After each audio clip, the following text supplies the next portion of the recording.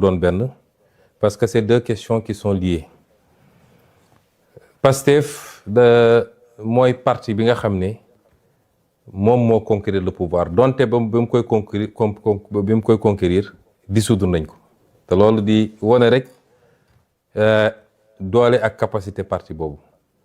donte biñ koy conquérir dissoudre nañ ko juridiquement waaye ñëpp xamoon nañ ni factuellement il y a pas un parti plus existant et plus vivant que Pastef kon Pastef moo conquérir pouvoir bi ànd ceeg ay alliés waaye boo doon jël nu mu tudd 100 jàpp naa ni 90 yi wala lu ko ëpp Pastef la moom moo conquérir pouvoir bi moo tax Pastef moo war a nekk au cœur de la gouvernance parti bi conquérir pouvoir bi ku yaakaar ne mën nga gouverner sans ce parti là da ngay wax lu la neex mais mënul ne te malheureusement am na ñoo xam ne loolu la ñuy dox loolu la ñu essayé gëmloo ay nit ne leen on peut faire sans Pastef. Pastef est au cœur de la gouvernance par ñii nga xam ne moo ŋànk nguur gi parce que ki jiite réew mi di président Diomaye ba léegi dafa revendiquer ni Pastef la bokk loolu la revendiquer kii premier ministre moo jiite Pastef li ëpp ci ministre yi Pastef la ñu bokk député ya la ci ëpp Pastef la ñu plus de 80% de l'Assemblée Pastef lañu kon loolu kan moo xalaat ni mën nañu gouverner réew mi sans Pastef mu des nag lan mooy impact Pastef ci gouvernance bi man de tant que je serai premier ministre la gouvernance va refléter le combat de Pastef xeex bu mu jar nañ ko xeex ci biir la gouvernance va refléter lépp loo xam ne jàpp naa ni lii bokkul ak li taxoon ñuy xeex dinaa ne déet ba tëdd ci suuf te su ma ko mënee bloqué ko su ma ko mënee delloo ko tant que je serai premier ministre moo tax ma ne ñaari dafa lënkaloo lan mooy avenir u Ousmane Sonko dans le gouvernement man je vous ai toujours dit que je ne me focalise pas sur un poste particulier am na ñoo xam ne tey su bëggoon jot li ñuy dox mooy nu ñuy fexee ba Ousmane Sonko bañ a nekkati premier ministre parce que fileeg maa ngi fi la ñu bëgg mu yomb ci ñoom ay lobby la ay ba ci suñu biir ma wax leen ko am na ñoo xam ne tey seen pexe su wangoor mu doon jot mooy dañuy dem sax di déyaate di wax lu ne waaye nañu fexe moom comme affaire am dafa métti mbir mi dafa dëgër et cetera dafa mel ni moom mooy président balaa may dee ñu ne premier ministre super fort man je suis pas un premier ministre super fort man maay le premier ministre bi gën a néew pouvoir dem leen ngeen jël le décret de répartition des services bu Abdallah Boun Dionne ak ñi ko jiitu ci premier ministre ba bi ñuy tas primature parce que bi ñu dellu see primature jotuñoo def yooyu donc sooy jël baromètre da nga koy jël foofu di ngeen gis ni maa gën a néew ay pouvoir ci premier ministre yi fi jaar bëri na ay services yoo xam ne mi nga woon primature tey ma nga présidence de la république réclamé wu ma ko parce que man xëccoo ma pouvoir la primature n'est pas forte parce que dañ maa jox ay super pouvoir la primature est forte parce que man maa fa nekk dafa am loo xam ne je le dis avec toute l'humilité nit ki ni ngay solee yére biñ la ñawal mooy jox valeur yére boobu man awma plus de pouvoir que premier ministre fi jaaroon ñoom ñoo ma ëppoon pouvoir dans les textes waaye man lu may def dama koy mat ba mu mat sëkk man duma koo xam ne dañ lay jox nga nekk fii di dammeeloo sax oui monsieur nangam déedéet damay def li ma war a def président jox naa ko cër ba mu mat sëkk moom mooy président de la république lu mu wax ma ne ko son excellence monsieur le président de la république waaye ni mu amee ay pouvoir ci constitution noonu la amee ay pouvoir ci constitution man tam nit ñi dañoo foog ni premier ministre benn appendice la déedéet constitution da ko jox pouvoir il est le chef de l'administration il est le chef du gouvernement et il conduit la politique de la nation loolu kan moo ko ëpp cër lenn moo ci des mooy président moo yor décret mooy nommé bis bu ma wooyee ne ma bëggatuma nga nekk premier ministre ma dellu toog mais je suis le premier ministre du Sénégal te dama koy xool leen premier ministre France wala feneen ak feneen est-ce que xam ngeen ni en France le président n'a pas l'initiative de la loi c'est le premier ministre qui définit la politique de la nation en France ñooñu ñoo ëpp pouvoir foofu ko suñu premier ministre yi am na ay réformes yu war a ñëw nee nañ dañuy changer lu bëri man réclamer mu benn pouvoir man li ma yor doy na ma sëkk te réforme buy amit parce que léegi damay dégg président de la république ne je veux un premier ministre super fort réforme du président de la république moom moo naan je veux un premier ministre bu mel nii wala ne réforme yi c'est pas pour le président c'est pour le Sénégal réforme yi suñ koy def duñ ko def parce que le président lii la bëgg ou le premier ministre lii la bëgg ou diw et aucun d'entre nous n'a le pouvoir seul de déclencher des réformes parce que sooy def réforme par exemple réforme constitutionnelle su dee da ngay jaar par la voie parlementaire assemblée nationale lay dem kan moo yor majorité assemblée nationale c'est Pastef président mënul def réforme sans Pastef bu dee da nga dem référendum kan moo yor référendum c'est le peuple qui va voter kon réforme yi du man maa koy bëgg mu nekk du président moo koy bëgg président day proposer il propose ces réformes parce que dañ ko fal ak programme mu ne Sénégalais lii ak lii laa bëgg a def bu ñëwee day def na lu baax woote na ay assises dajale Sénégal yépp ñu waxtaan bi mu paree yemul ci loolu dafa dajale ay kàngam ne leen assises yi dama bëgg ngeen liggéeyal ma defar ma ko ay texte mooy li mu annoncé keroog 31 décembre ñooñu def nañ ba pare day jël texte yooyu yóbbu ko assemblée nationale nag am sañ-sañu càmbar texte yi virgule par virgule c'est pas parce que président moo ko andi rek dañuy voter les yeux fermés bu ñu gisee ni doy na leen ñu voter bu ñu gisee doyu leen du ñu voter moo tax nag tant que ñu ngi fii am majorité bu confortable à l'Assemblée yàlla def ma chef de gouvernement ñu am un président boo xam ne président wu Pastef la gouvernance bi dafa war a sàpp Pastef bu baaxee ñu xam ni baax na on rendra compte au peuple bu bonee tam ñu xam ni bon na peuple bi jël ses responsabilités c'est comme ça que ça doit se passer bu demeewul noonu it parce que man j'ai pas de problème man poste premier ministre bi yàlla xam na ni la ma ci gën a ragal mooy su ma fi jógee parce que je dis avec humilité après 2 ans nous avons été un verrou contre énormément de choses le système chaque fois je le dis il est encore là te bis bu ma randoo mu def ne ma daan def man loolu moo ci sam problème man premier ministre jëluma ci salaire jëluma ci avantage suba ba ngoon jot damay liggéey ba béjaaw kon man je ne me focalise pas sur un poste particulier et je n'essaie pas de faire de l'ombre au président de la République le président de la République a son canal am ses attributions j'ai mes canaux kenn ku ne mën na exister sans pour autant que keneen ki bañ a exister su ñu jàppee ni pour que le président existe il faut que le premier ministre disparaisse foofu juum nañu chacun doit pouvoir exister de par les attributions qui sont les siennes mu mat ko sëkk def ko keneen ki jàppale ko ci mu réaliser li mu war a def et c'est comme ça que je vois les choses maintenant situation bi ni mu posé wu nii si le président est aligné à son parti le débat ne se pose pas si le président n'est pas aligné à son parti te ñu bokk di gouverner on est dans une situation que je qualifie moi de cohabitation douce une cohabitation douce parce que parti ba moo yor majorité assemblée nationale moom jusqu'à preuve du contraire moo yor premier ministre ba keroog président ne premier ministre bëggatuma kon suñu demoon ba bokkuñu gis-gis ci ñu war a yore réew mi on est dans une cohabitation douce raisonnable et raisonnée suñuy contradiction ñu koy gérer di essayer seet li nga xam ne mooy les convergences ñu dem bu rupture amee on sera soit dans une cohabitation beaucoup plus corsée ou bien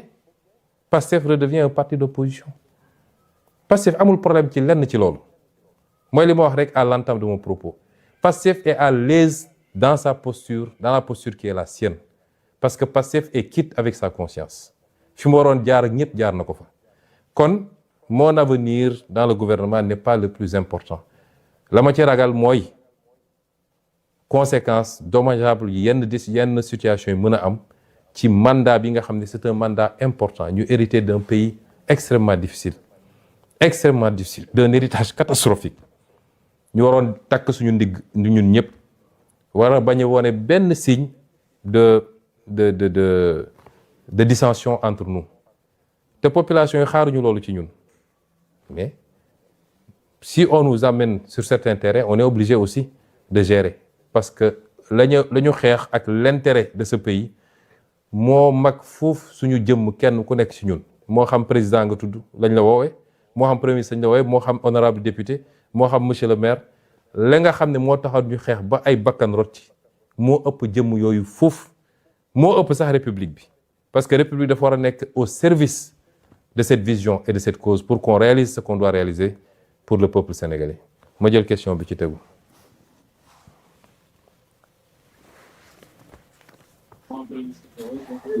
Merci président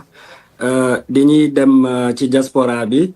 premier intervenant diaspora bi muy diaspora Europe je précise mi ngi nekk Pays-Bas mu di Casimir diñ lay jox kàddu gi bu ñu paree ñu dem diaspora Afrique question yi bu gënee gaaw rek comme ça comme ñu ngi jege ndogu ji.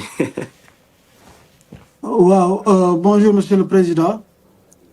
c'est Casimir. Bonjour Casimir. Donc damay wax sur le nom de toute la diaspora je pense qu'après 2 ans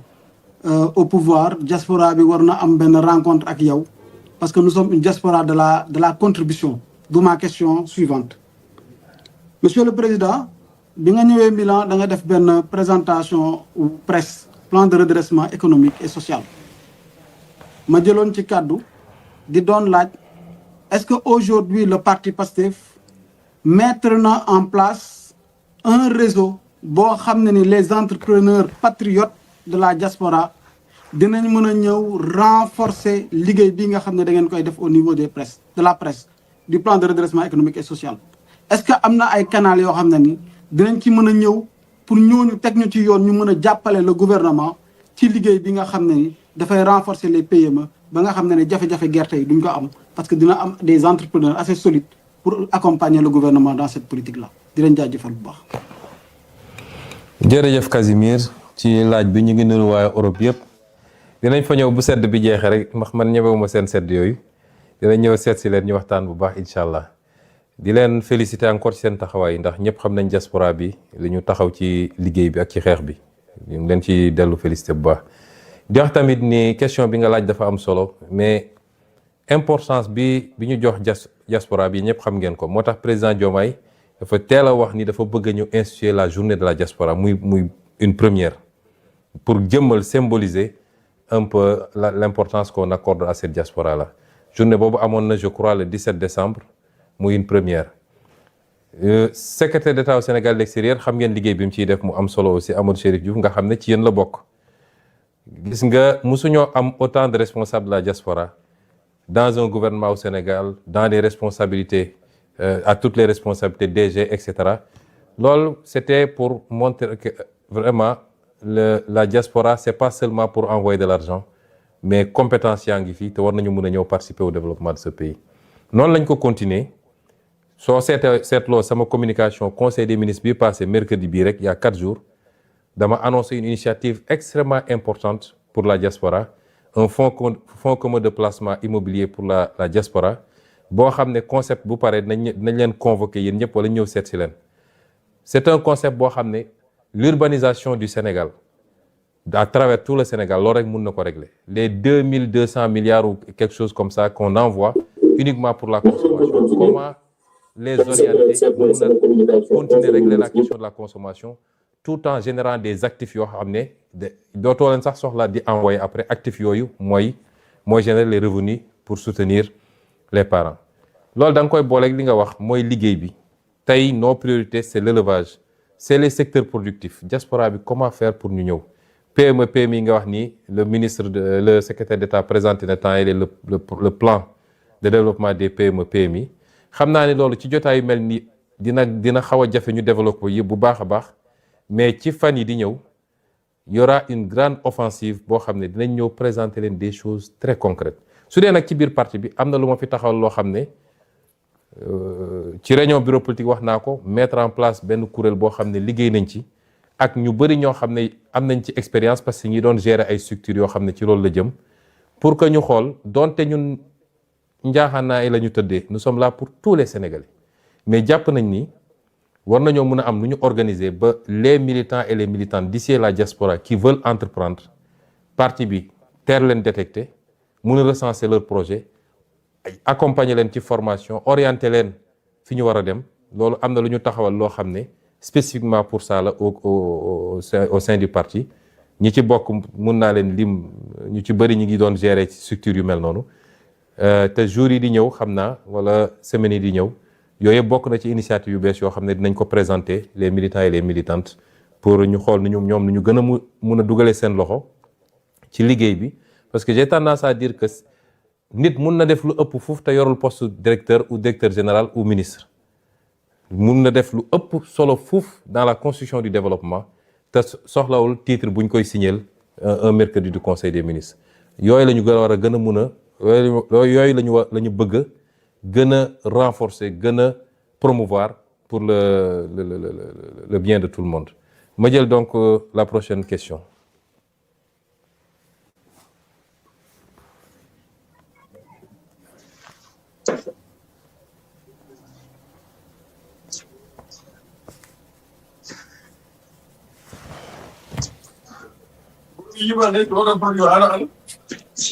Hello?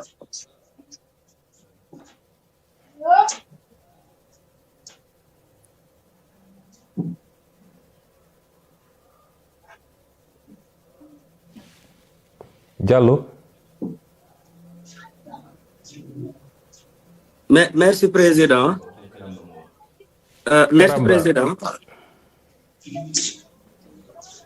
Oui. Karamba, vous avez la parole. Non, c'est Karamba Touré.